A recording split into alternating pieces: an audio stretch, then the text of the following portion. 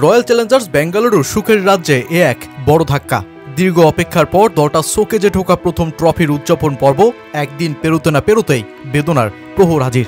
কথা ছিল কর্ণাটকের বিধানসৌধের আইকনিক আইনসভার প্রান্তরে এদিন শুধুই খুশি আর আনন্দ ভাগ করে নেবেন কিং কোহলি, আরসিবি টিম, দলটার ভক্ত সমর্থকদের সাথে। কিন্তু সেটা আর হলো কই? ভারতীয় গণমাধ্যমগুলো বলছে এই আনন্দে সামিল হতে সমর্থকদের ঢলে পদদলিত হয়ে জীবন গেছে 10টি তাজা প্রাণের, যার ভেতর 6টি মৃত্যু নিশ্চিত করেছে দ্য হিন্দু। আহত সে তো আরও অনেক, কিন্তু কি হয়েছিল এদিন? দীর্ঘ 18 বছর পর লম্বা অপেক্ষার প্রহর কাটিয়ে বেঙ্গালুরু যেতে প্রথম আইপিএল শিরোপা। বিরাট কোহলি তো বটেই, দলটার এক বিশাল ভক্ত সমর্থক এই একটি দিনের অপেক্ষাতেই ছিল এতগুলো বছর। বাবা থেকে ছেলে দুই প্রজন্মের আবেগী নামেও পরিণত হয়ে গিয়েছিল আরসিবি নামটা। তাই তো দীর্ঘ অপেক্ষার পর যখন মিলল কাঙ্ক্ষিত শিরোপাটা, বিরাট কোহলি যখন অবশেষে ট্রফি ছোঁয়ার স্বাদটাই নিয়ে বসলেন, তখন সমর্থকরাও তো ভারত জুড়েই মেতেছিলেন রাতভর উদযাপনে।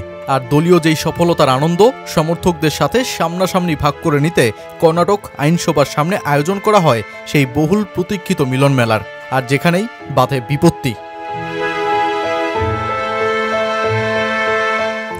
দলটা যখন আরসিবি আর ট্রফি হাতে যখন বিরাট কোহলি, তখন তো সমর্থকদের এমন সমাগম কাম্যই ছিল।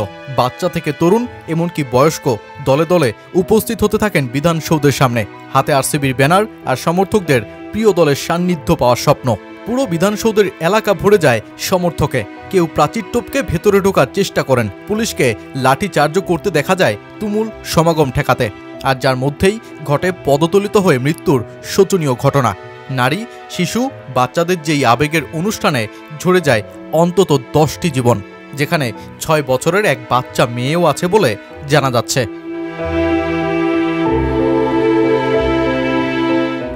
আরসিবি শিরোপা জয়ের আনন্দ 24 ঘন্টা যেতে না যেতেই শোকের মাতমে ভাসল ভারত।